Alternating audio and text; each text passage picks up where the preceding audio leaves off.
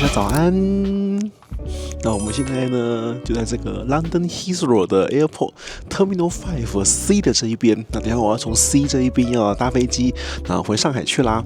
那我們這個畢業旅行的話，會有進行蠻多部分的。那我們上次在日內瓦的貴賓室 BA 自己貴賓室給大家開了個頭，詳情可以看上一集。那我簡單來說一下，就是說，因為銀行改制的關係，所以這是我最後一年維持 GGL 的那個會籍了。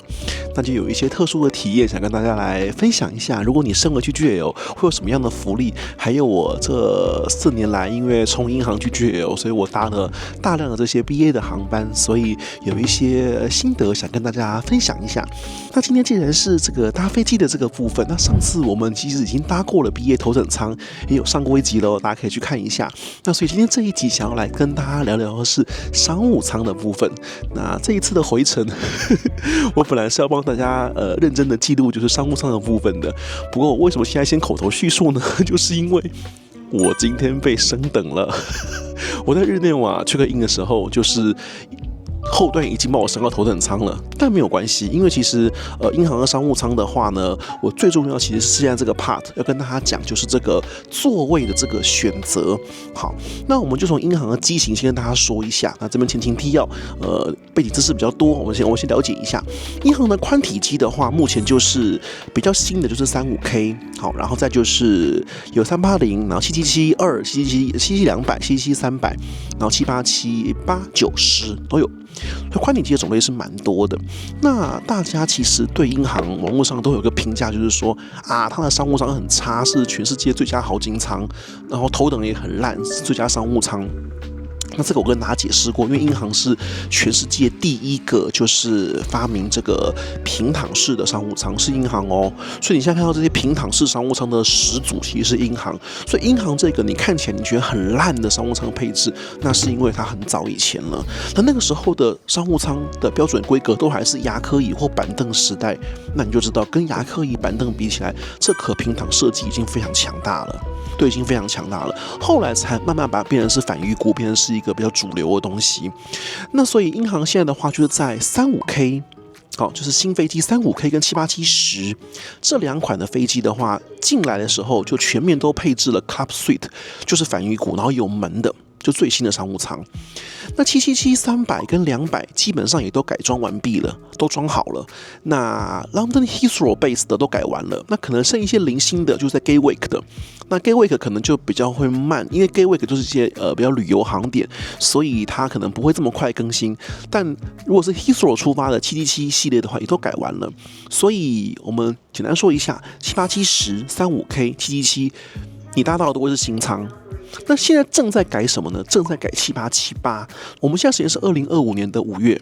5月，那7878的話正在改，所以一部分新，一部分舊。你會搭到有 Club Suite， 也會搭到舊艙配置。那7879還沒，所以你目前2025年5月，好，那可能到2025年結束前，你搭到的7879都會是舊艙，然後380也是舊艙。那所以新艙的話，反魚骨，我們之前拍過蠻多集了，反魚骨我們就沒有特別這樣子的一個怕，是因為反魚骨的每個位置其實就差異不大。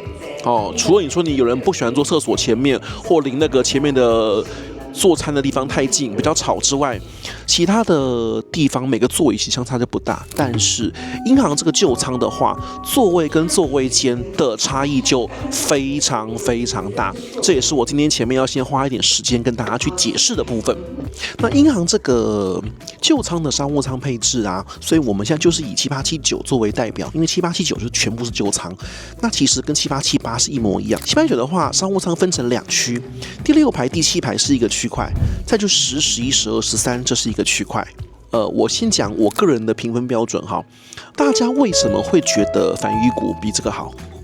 我先問這個問題，很簡單嘛，因為大家覺得因為反魚骨隱私比較好嘛。再來，為什麼大家這麼喜歡有門的商務艙？你看星宇這是350裝一個門，哇，大家都覺得比長榮好很多，對不對？就多一個門嘛。所以我覺得隱私性，我想是搭商務艙一個很多人都很在意的部分，所以我把有沒有隱私這件事情當作是一個很優先的一個 priority。對，所以我想大家會有這樣子的想法，就像日航的777也是232啊，可是他把隱私性的每個位置都做得很好，所以你就不會有覺得不方便的地方。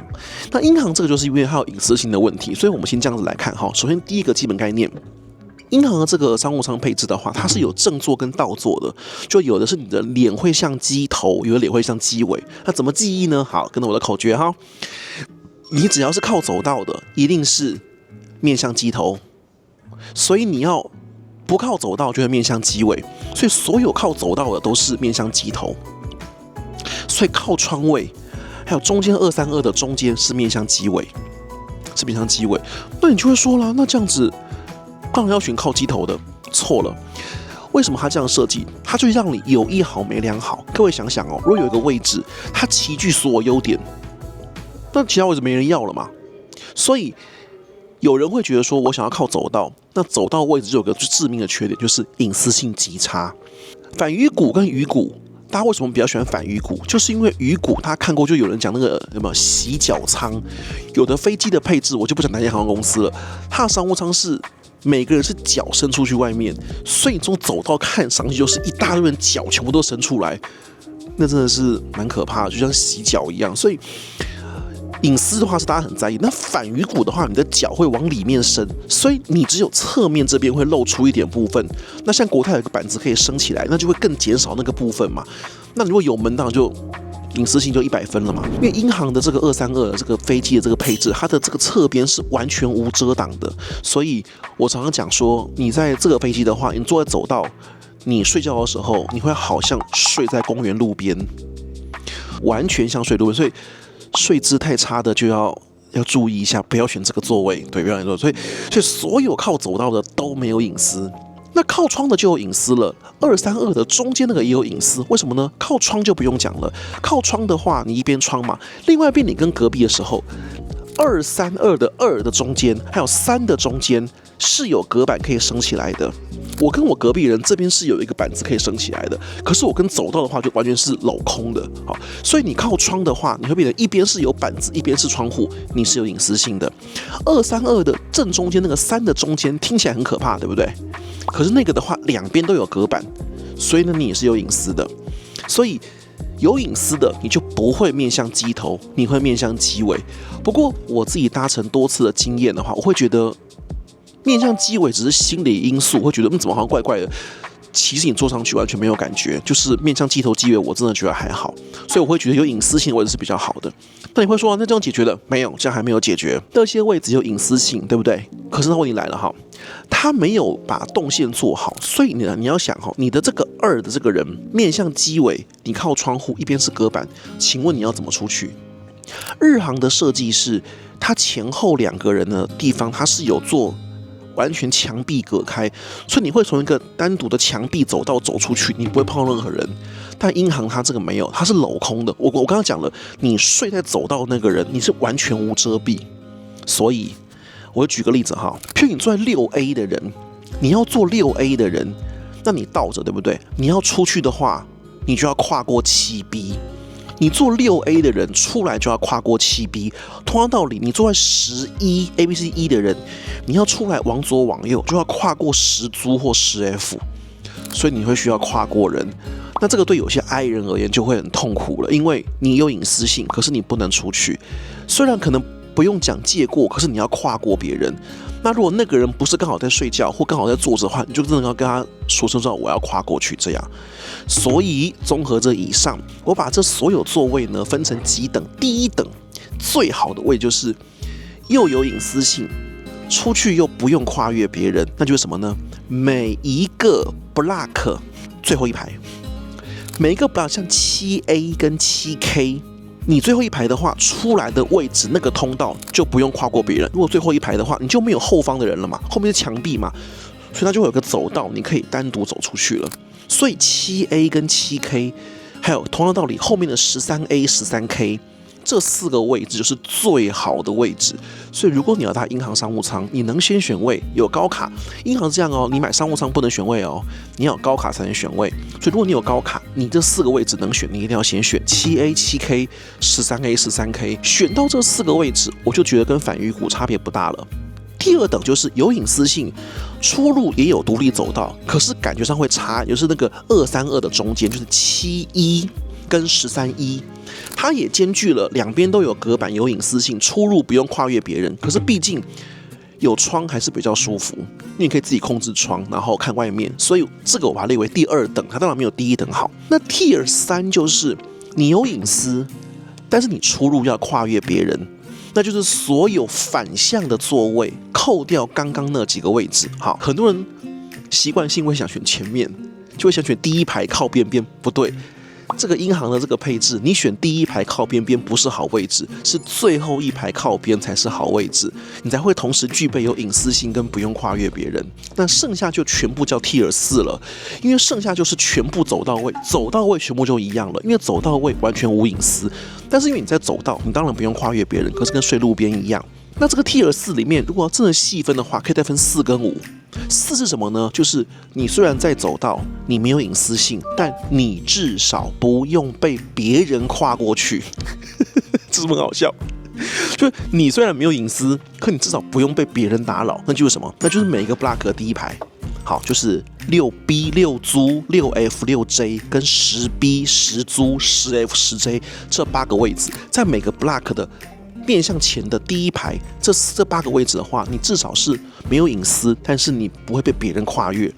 那剩下的所有位置的話，就是如果你是在所有面向前方面向走道的話，你就會全部都需要被別人跨越。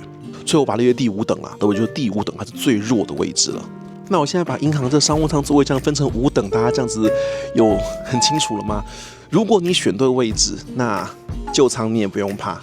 那如果你沒有這個選位邏輯的話，就會像有些人評價，就是說這個舊艙非常可怕。當然，你如果是一群人同行哈，比如說你是跟一群朋友3個5個，那就沒有差。其實你們坐附近，大家如果互相認識的話，那就還好。比如說3個人如果認識，那坐中間3個，那其實我覺得那是 OK 的，那就是 OK 的。對，所以如果是獨自旅行，然後又是 I 人的話，那你這個選位就一定要聽清楚了啊！我們剛剛這5個，大家要得牢記哦。剛剛座位都已經講過，就是這個選位置好跟不好。但其實這款商務艙最大的問題，我覺得在哪裡，你知道嗎？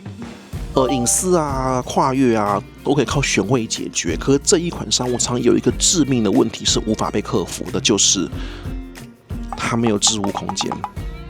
你無論坐哪個座位，它都只有在座位的最腳邊下面有一個可以拉出來的盤子，可是那個盤子非常的淺，甚至它就只有這樣，你放不了什麼東西，然後也很不好拿，它在非常下方，那裡面會放它的那個過夜包，小小的過夜包。那比起現在新款的商務艙的話，你像那種返魚谷什麼的，都會有一堆門啊、置物櫃啊，有沒有？就是你這邊可能有門啊，側邊也可以放東西，像國泰側邊也有洞啊，就是有各種地方可以放東西嘛。然後像380商務艙可能更寬敞的話，連旁邊都還有可以翻起來打開放東西的地方，有沒有？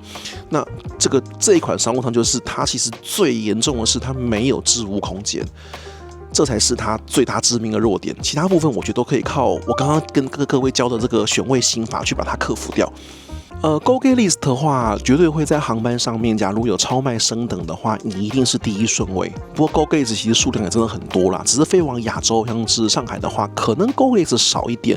所以像我在這個航線，我是第2次被升等了，就是我是買豪金，然後用升等券變成商務，然後在 check in 的時候，上次是在登機門被升到頭等，那這次是在 check in 的時候就，我其實也沒有仔細看，我只是後來看 boarding pass，他也沒跟我講怎麼座位被換到 EF， 就是頭等位置了。銀行的頭等跟商務呢，其實差異我覺得，當然座位上是舒服很多，但是其實其他部分並沒有差很多。順便我會用口頭說一下，說頭等跟商務的不一樣，讓大家也了解商務艙。那商務艙的話，我們就會用照片來佐證，因為商務艙其實我搭過長程線畢業非常多次。對，那這東西我想都是參考價值蠻高的，因為銀行並不會頻繁的更換菜單，英國人嘛，就是傳統，然後保守，然後講好聽叫經典。可能就是萬年不變，就基本上我搭這麼多趟都沒什麼太多變化，就長那樣。對，所以我想之後變化可能性應該也不大。所以我們等一下就來看看機上的食物，然後硬體的環境的狀態。我們這個系列這個畢業旅行啊，就是專門講銀行部分。連銀行的修行都會講到，所以我還會跟大家講幾條，就是我之前常去飛的修行的路線，都會做飛行記錄。其他的就是賣個關子嘍，就是我們畢業旅行內容很豐富哦，就是到明年3月之前，我會努力的用畢業旅行的心態去完成 GGL 的這些東西。哇，這個時間很特別，我們來給大家看一下，因為我們現在在我眼前這邊就同時有4台的英航 A380，在 Gate 口這一台是3801號，然後它的後面3802號正要準備起飛了，然後現在這邊過來3803號正要進入停機坪，面前這一台正要彎進來，它的後面就是3804號，所以現在就是4台380都在這兒了。這是我今天的頭等艙的座位 EF 的位置，被升等上來的位置。那這的話就是一個蠻大的一個座位，就像這樣。那我們坐進來給大家看一下嘍，坐進來就會像這樣子的大小。對，那這個我們在之前給大家拍過一集了，我們就簡單再巡視一下。那這個的話就有蠻多置物空間的，對，前面也有，這邊都是有置物空間的，像這裡。然後這個也是可以拿起來的，然後這邊也可以都放東西，還有這邊後面還有一個，屏幕也還算大，至少比起 AA 改艙過後的要好多了。這一款頭等是沒有門的，英航準備要改新艙頭等，那新艙頭等就會有門了。新艙頭等的話，預計會在380上面裝。我想我下一次如果真的在搭英航頭等，就是380。那改完新艙之後，我們再來看看。那另外我們登機的時候呢，它也送上了該有的東西，就包含這個，就是過夜包。不過我們上次給大家開箱過了，然後再來就是睡衣啦，就是它睡衣，對，等下我也把它換上。還有拖鞋都是一定會有的。香檳來嘍，英航的香檳也是不錯了。然後再來就是英航這個我剛刚跟大家講過那個改艙的問題嘛，就1777都改好艙了，然後787 13.5K 是新艙，新艙網絡我搭過都沒問題，所以大家知道我要說什麼嗎？這個789目前都沒有改艙，是最後要改艙的。它的 WiFi 基本上我每次搭95%以上都是壞掉的，他們可能也不想弄，想等改艙一起解決吧，因為就是現在沒改艙，所以大家如果搭英航789，就大概心理準備，這 WiFi 大概是不能用，除非改艙完之後了。跟星宇的359異曲同工之妙啊！Welcome 的小食也上來了，橄欖是一定要的，然後 cheese 餅跟這個是堅果 nuts。我們上一集那個英航的頭等啊，那個拍的是上海到倫敦，那今天剛好是倫敦到上海，所以是反向的，所以我們也可以比較一下說去跟回有什麼不一樣。所以我們再來完整的看一下今天的頭等艙嘍。What is this? I believe it's a safety card, ma'am. Please have a good look at your safety card before we depart, and if you have any questions, just ask your cabin crew. And as always, wherever you go, whomever you see, stay safe. Look after one another. And never change. Is it a winged creature? Yeah. What a chance a celestial contrivance navigating the skies. Remember, that's British Airways A350. 好啦，到了我们的餐飲的環節了。其實英航的頭等跟商務艙的這個餐食啊，其實並沒有落差非常的大。頭等的話就是多一個這個前面的，所以我們來就是第一道菜來了，我們就順便跟大家講一下。第一個這個是一個 amuse， 就是一塊起司，然後旁邊有一些小黃瓜，然後再加一些青醬做成的組合的東西，就像這樣。對，然後我點了一杯 Rosé 的 Champagne 當做搭配。好，我們先來品嘗一口這個起司，再來往下講吧。這個起司配合一些青醬跟小黃瓜，開胃小菜。小黃瓜是蠻爽口的。那商務的話就是沒有這個，就直接會從 starter 開始上。那今天的 starter 的話，一樣一定會有一個湯，就是我說他們都會有個濃湯。那今天是 red lentil soup， 然後再來有一個松露的一個雞，然後再來有一個燻鮭魚。還有一個就是一個 London Pride Battered Curted Blossom。那我今天點的是那個松露的雞，然後搭配一個湯品。那商務艙的話就會比較簡單，商務艙的湯就比較小份，然後就是一個麵包，然後配一個簡單的一個小沙拉而已。然後 Main Course 的話差不了太多，對 Main Course 的話，今天有選擇的話是牛肉，然後有放山雞，然後再來就是應該是魚，然後最後是一個 homemade 的一個類似 mozzarella。對，那 side dish 的話可以另外做。那商務艙的話，其實也都這樣的選擇。那基本上英航就是我說的，非常的傳統，然後也萬年不變。那我推薦大家的話，基本上，英航牛排是不太會失誤啦。有牛排的話就吃牛排吧，英航的牛都表現不錯，對。有牛排吃已經很不錯啦。今天如果你搭的是那個 AA 洲際線上或國內線上，現在基本上很少吃到牛排，因為牛真的是成本比較高嘛。然後今天甜點的話，這邊的選擇今天有這個巧克力的跟覆盆子的那個蛋糕，然後再來就是有冰淇淋，vanilla ice cream， 再有这個可丽餅，然後水果。起司的話，哇，就有5種起司了。起司的話就是商務的起司，其實也蠻好吃的了。然後再就會有一些小食。小食的話，今天有一些沙拉呀，還有 beef burger， 這個我覺得不錯，可能等一下我們中間可以吃一個 beef burger 這樣子。然後再還有就是 popcorn 的爆米花，對，還有一些巧克力。那跟來程不一樣，我們上一支影片講那個是從上海到倫敦，那第二餐的話就是晚餐一樣是正餐。那這個回程的話，它的第二餐就是早餐嘍，因為我們抵達上海是清晨7點多嘛。早餐的話，除了有基本的水果啊、yogurt 那些東西之外，那還有一個 smoothie， 我蠻期待 smoothie 的。這個歐洲的 smoothie 應該是不錯。然後 main course 的話，當然一定有那個 full English breakfast 的選擇嘛，然後再就是 omelette 的選擇，然後 pancake。就好像之前我跟大家聊過，說我看到有一則評論就罵國泰航空說，那早餐就港點萬年不變。我心裡想說，你今天搭國泰，然後早餐他不給港點，那是要給什麼？那我們的華航、長榮的那個長程線早餐，不都一定會有稀飯的選擇嗎？那英航就一定會有英式早餐呢？這個是我覺得再正常不過的事情了啦。所以你用這個來批評航空公司，我覺得這個是不合理的。所以我應該還是會點 English breakfast 啦。然後再來茶、咖啡選擇當然是都有。再來，其實頭等跟商務，我覺得最大的差異在英航上面是這一頁，就是酒單。英航的話，因為畢竟大家都知道，倫敦也是一個非常重要的一個酒的交易的市場，所以倫敦這邊的話，酒的交易是很多，所以他們價格也是比較低，所以英航等於有這樣子的成本優勢去進一些很多很厲害的酒。那像剛剛起飛前我們喝的就是一支 Grand Siaco， 那英航一直都有這一支 Grand Siaco 的香檳，那這香檳的品質是蠻穩定、蠻不錯的。那這支 Rosé 的話也是非常不錯，1086 Rosé Brut 2014。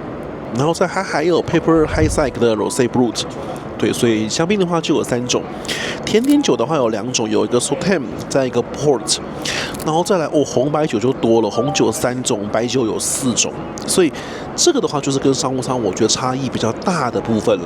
國泰的話也屬於頭等跟商務，其實差異最大的是酒單，然後可能多了個魚子醬。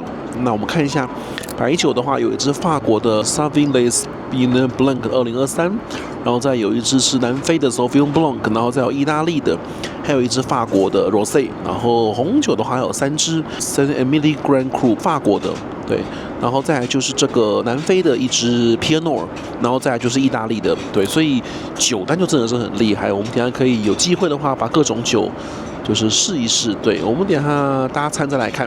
我們的 starter 上來了，那順便跟大家講一下，那這個英航頭等的話，就是這個正常的這個布置，那就是會有像這樣子的，就是鹽啊、胡椒啊，還有橄欖油跟奶油。商務艙是沒有的，對，商務艙的話就沒有這個東西，它就是一包那種撕開的胡椒，但那個胡椒這種包在裡面撕開就香味就不是很足。那我這個湯的話，這個是紅的湯呢，我搭了另外一杯法國勃艮第的那個 Piano 白皮諾，這杯喝起來有一點 Chablis 的味道，蠻不錯的。對，那我們這個湯品的話，我們就用一點現磨的胡椒，現磨胡椒就是不一樣。這英航的濃湯真的是很不錯，而且這頭等艙的這個湯的分量就比較正常，商務艙的湯真的好少，真的好少。軟體部分當然就是歐美級的弱項啦，不過英航相對來講，我覺得食物算是已經是還勉強可以了。我們來試一口麵包，我們沾點橄欖油，橄欖油是不錯的。在頭等艙上面，基本上好好的像這樣吃一頓飯，都是很享受的事情。那我們的第2道前菜來了，我點的這個是一個雞肉，它是鑲在一個像是麵包裡面，然後有松露。這個擺盤看起來是蠻不錯的，對，看起來蠻好吃的。然後我也換了一支酒，換了一支意大利的 Sauvignon Blanc， 我覺得這一支比剛剛那一支法國的喝起來會更清爽一些，它的口味更清爽、更舒服。剛剛那支會比較稍微濃郁一點，所以剛剛這配湯比較合適。那這個我們來嘗嘗看味道嘍。有點是雞肉，然後應該有一些乾醬，然後旁邊的麵包體，中規中矩啦，中規中矩。那跟商務艙比起來，我們也上下商務艙的照片跟頭等艙比一下，對，就是分量稍微比較多一點。然後順便再附帶一提，搭英航的話，我這幾次搭這個上海航線呢，商務艙那邊的話都會配會說中文的組員。所以商務艙那邊的話，中文組員至少都會有2個以上，所以不太有問題。但頭等的話，至少我這幾次經驗，頭等的組員都是完全不會說中文的。所以如果不會講英文的話，搭英航的頭等會有一點尷尬。因為像我們今天的話，我搭乘接頭等8個位置，那有一個位置是留給機長休息，所以是7個位置，然後我旁邊的位置是空的，所以就六個乘客。那裡面有1位是完全不會說任何一句英文，因為他在我的斜後方啦。對，那我是有感覺到就是，他所獲得的就是服務跟各方面，當然就會差一截。那就是因為語言的問題，因為像比如說空服員可能剛剛會來，然後可能會請我試酒，然後跟我聊天，然後跟我介紹餐食，但是他的部分的話，就是請那個商務艙那邊的組員過來，那直接幫他點好餐，他就只是負責拿上去而已。對，就會稍微，我覺得那個體驗一定會有差，對，一定會有差，因為語言的問題。所以我想，非中國的航線，那頭等艙沒有配會說中文的組員，那我不知道飛其他國家，那我想飛香港是一定不會有，那新加坡也是。日本我是還沒有飛過啦，對，其實英航我飛的航線就都是香港啊，然後跟那個上海這樣。那我想飛吉隆坡可能也不會有會講馬來西亞語文的頭等組員啦，因為他們英航的話就真的是英文非常強勢。那我們來看一下現在主餐的部分，其實也是一樣的這個 beef fillet。那我們看一下商務艙，商務艙就是一個簡單的一個牛肉，然後一些配菜。對，然後再來就是麵包。頭等的話，只是大家看到就是多了這一坨白飯，就馬鈴薯泥、南瓜泥換成白飯，然後一些配菜，其實是一樣的。這一塊主菜這塊牛排，其實跟商務艙比，這並沒有特別大，跟商務艙是幾乎是一樣的，然後只是另外附上了醬汁而已。然後這個配菜的話也是一樣。那我們來檢查一下牛排生熟度嘍。今天的牛排就稍微有一點過熟了，就這個顏色，對，但是還沒有到老。我們來試一口吧。今天這一塊牛排，非常明顯是 overcook。這一班組員的這個微波技巧不好，比我來的時候那一塊商務艙牛排差蠻多的。所以，就是我剛剛說的，其實BA 的這個頭等跟商務的差距沒有這麼大。然後有差只有酒，所以這杯酒的話是法國酒，勃艮第的，這酒真的是不錯。所以如果你不會說英文溝通，然後又不太喝酒，那做 BA 的話搭商務就好了，因為差別你是感受不出來。對，那像這個牛排遇到這個組員，如果不是這麼厲害，其實比商務艙的其實真的還難吃。不過至少吃一塊牛排啦，我們還是把它吃完吧，然後吃一些配菜，那我們再等其他飯後的東西咯，可麗餅，還有 ice cream， 然後再就甜點、水果，那當然一定要配 sauté 啦。我們來試一口可麗餅好了，冰淇淋還行，中規中矩。不過說到這個冰淇淋就是 AA 的強項了啦，對，就是 AA 那個聖代他們的強項。然後再就是很抱歉吶，就是每次都有觀眾留言說很久沒見金貴人了。今天如果是確定頭等艙的行程，就一定會帶金貴人。但這一趟我真的是我沒有準備，因為我是被升等的，所以很抱歉，金貴人太久沒有露相了。我們再來安排個頭等艙的行程好了。看看年底之前有沒有機會再讓金貴人露相一下。對啊，因為他頭等的話帶他比較合適啦。對，我們有一個區別性嘛。好啦，最後一道餐食就是 cheese 上來了。說到這個 cheese 啊，就是其實有時候吃得很飽了，但是搭英航就覺得 cheese 還是要吃一下，因為大家知道英航以前在餐飲不是都案口料理之前呢，就是連銀行的商務艙以上，唯一能吃的東西只有冷盤 ，cheese 是唯一能吃的東西，所以這就是可能英國人最好吃的東西吧。对，所以就覺得好吧，搭銀行還是要吃一下 cheese。cheese 的話一定要配一杯這個甜酒才會對味。不過這看起來這些配料跟東西，其實那跟商務艙所差無幾。我們可以上一下商務艙的圖片。只是換了一個擺盤，然後，但是我看起來內容物是差不多，一樣是一個軟 cheese， 一個硬 cheese， 然後一個 blue cheese。對，我們來試一下味道吧。不過我覺得國泰的起司盤真的比較好吃，我覺得這也是為什麼就是英航在亞洲線跟同儕很難競爭吧。你看像香港倫敦線面臨國泰直接競爭，國泰一天5班，gateway還沒復航哦。那碾壓英航的一天1班，這個5:1這樣懸殊的比例，就是國泰現在在香港倫敦這個航線上面是市占率，這樣5%的話，這樣是將近85%，這是史無前例的超級高。對，那為什麼會有這樣的結果？我覺得也從這個餐食、硬體各方面都是顯而易見吶。對，顯而易見。這條航線有機會再跟大家聊聊好，因為這條航線我也是蠻有心得的。對，蠻有心得的。那我們今天這一餐就到這邊結束嘍，好好休息一下，再起床等吃早餐嘍。好，那我們等一下鋪床見。好啦，那我們現在吃完飯，請他鋪床也鋪好了，就會像這樣。這頭等艙的話，鋪成床睡覺倒是蠻舒適的，就是一個直立式完整的位置，應該也沒有卡腳問題，算是一個很舒服的睡覺位置。這個倒是跟商務艙差別就很大，這是個認真的棉被，這個被真的就很舒服，這個寢具的差別是蠻大的，不像商務艙只是一個薄薄的一層皮而已。其實這感覺可以真的睡得很好，下面有一個床墊，然後有一個很舒服的被子，蠻不錯的。就少了一個門吶，否則這個頭等其實好像也沒什麼可挑剔的，因為日航也是舊款也是121嘛，全日空的新款也是121，所以這個121的頭等其實舒適度是沒太大問題啦，就真的就是少了一個門吶。英航至少有個好處是，它頭等座位夠多啦，所以這個之後如果換了新艙380頭等，想體驗應該不會那麼困難。